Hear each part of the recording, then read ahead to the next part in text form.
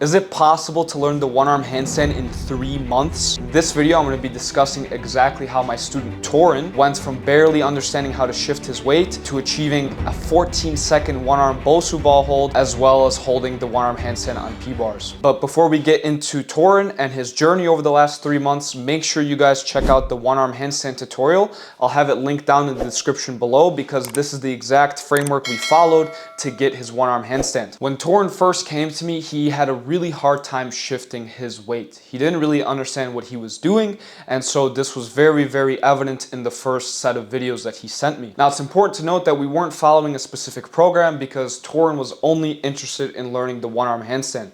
And so the coaching was basically made up of live FaceTime calls, and every single day he would be doing one-arm handstand drills, sending me videos, and then I would be giving him feedback. And so the first major issue we were running into was he didn't have a proper conceptual understanding of the shift. On screen, I'm going to throw up a video of his shift and the major problem that he was having. He was viewing the one-arm handstand the wrong way. He would shift his weight and he would try to wiggle his other hand off of the parallette. Now, why is this wrong? At the end of the day, to hold a one-arm handstand, you need to let the other arm off of the parallette. The issue is that he's forcing that to happen instead of it being a consequence of the shift. And so after breaking this down to him, we quickly realized that he wasn't shifting his weight properly, and so his hand wasn't coming off the parallette naturally, and so that's why he was forcing it to come off. And so after diagnosing this issue, his shifts started to become much more fluid, and his other hand actually started to lift off of the parallette instead of him having to force it, showing me that he's shifting his weight properly. And so this is where our focus was for the first month or so. Moving on to month 2, we started implementing fingertip drills. So after shifting the weight properly, I now told him spend more time in the fingertip position. And this is something he had a hard time doing. It seemed like every time he would hop on his fingertips, he would just lose balance and fall backwards. And so after a few live FaceTime sessions of me watching his attempts of trying to get on fingertips, another issue stood out to me. The reason he was losing balance as soon as he would go on fingertips is because he wasn't understanding the proper time to actually get on the fingertips. Again, he was forcing it to happen instead of it being a byproduct of how he was viewing the skill. So at the end of the day, the goal with my students is to make sure that they have a proper visual understanding of the skill. Now, for every person, this is going to differ because one explanation may not make sense to another person. However, with Toren, we finally arrived to a visualization that made his one-arm handstand go from barely being able to hold on fingertips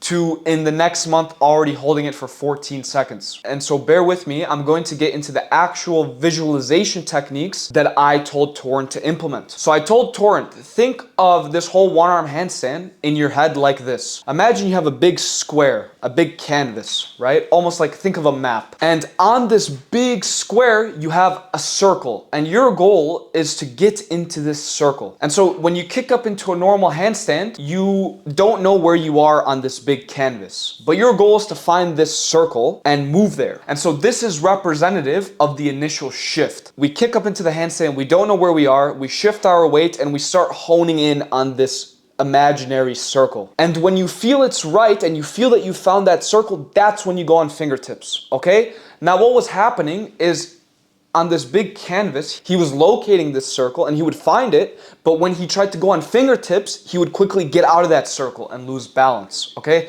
Think of like a Fortnite map, right? You have like a storm zone and the zone is closing in, right? So when you kick up initially, the whole map, there's no zone, right? But then as the game progresses, there's a zone that forms and it gets smaller and smaller. And so your goal is to stay within that zone because that's going to represent your balance point. With this visualization in his head, he was now viewing the one-arm handstand completely differently. He wasn't trying to force the fingertips. He was feeling it out and waiting for that sensation that he found that circle. And that's when he would enter fingertips and stay there. Now, this is where things got interesting because now he's holding the fingertip position for quite a long time. He's holding it for 5 to 10 seconds. Now, just throw it out there. It doesn't matter how long you could hold fingertips because, you know, whether you hold it for 30 seconds, 5 seconds, it doesn't matter. And this next explanation of the visualization is going to explain this. Staying on fingertips means you're staying in this big circle, right? How do we know when we can actually let go of the other arm, right? How do we know to do that? Well, I told Toren there's another layer. Now our goal is to find a smaller green circle inside of this big red circle. And you cannot let go of your other arm until you have found this circle. You feel the sensation that you found it. And so initially, Toren would spend around 10 seconds trying to really zone in on where this circle is. Because imagine in this circle, you have a pointer that's constantly moving. It's just sporadically moving, and you're trying to find this smaller circle. And when your pointer lands on this circle, that's how you know, okay, I can let go and hold it. And so initially when he was on fingertips, he didn't know what he was doing. But now that we implemented this sort of visualization technique, he had a much better understanding of what his actual goal was. See, the thing in calisthenics, and especially with skills like this that are quite obscure, is it's hard to give yourself intermediary goals to hit. And so when you don't have these intermediary steps, it becomes hard to even conceive what the next possible step is. Like if you viewed the one arm handstand as just, okay, go from 2 arms to 1 arm, that's too big of a jump. Like you need intermediary steps in between so that you have some sort of metric that you can use for progress, and so that you know what the next step is. If the step is too big to take, you'll never be able to take that step. Hopefully you guys understand what I'm trying to say here. And so now Toren was spending a lot of time honing in on finding this smaller circle, and he got good at recognizing when he was in this very small circle. And so now he was throwing his arm out and he was getting very small, consistent holds, right? Which is showing me that the visualization is working. Now, this visualization may not work for everyone. For different students, I have different techniques, but we're talking about Toren here. So this is the sort of visualization that worked for him, that he comprehended the most. And, you know, with other skills in calisthenics, I try to employ the sort of method, the sort of visualization that you can have in your head. Because not only does it improve muscular activations, but you actually gain more confidence in the position, because now you're not just viewing it as some impossible task, but rather kind of like a game, right? It's almost like a game that you're playing in your mind. And so now Toren was getting micro holds, you know, 2 to 3 second holds where he's maybe slowly turning.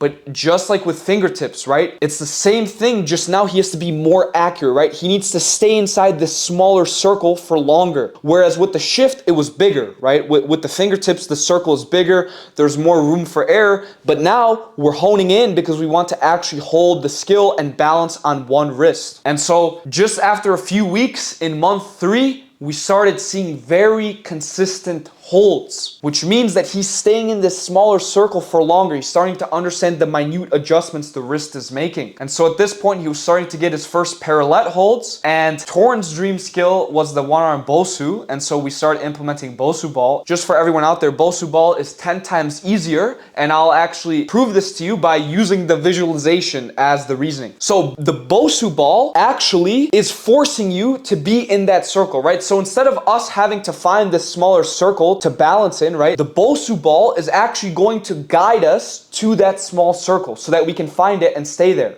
And so that's why the Bosuball is easier, because the surface is moving and it's allowing us to find that small circle and stay in it easier. And so initially Bosuball might be scary, and Toren was really scared at first. He's like, bro, you know, you're lying to me. How is it that easy? But I told him, just keep trying it, keep thinking of it the same way.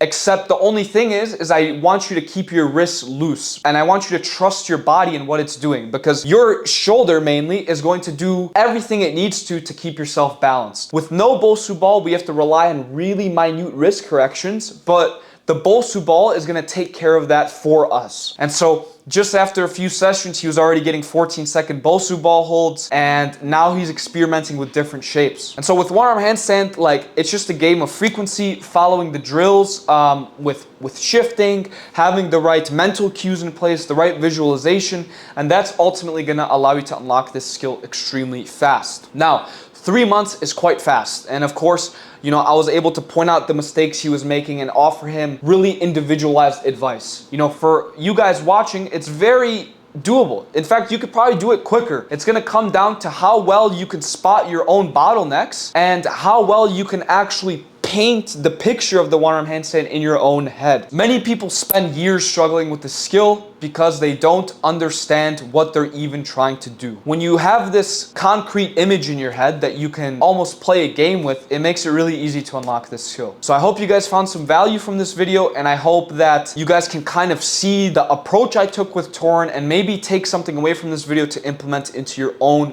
one-arm handstand training. If you guys made it this far, thank you so much for watching. If you guys need help with anything calisthenics related, feel free to check the description below. I'll have my community Discord link as well as the one-arm handstand tutorial so that you guys can understand kind of the process that we use to unlock this skill for Toren. More videos coming soon on more advanced skills like front lever row, front lever touch, planche push-ups. All of that will be covered soon, so make sure you guys hit the like and subscribe button so you guys don't miss out on future content. Thank you guys for watching, and I'll see you guys in the next one.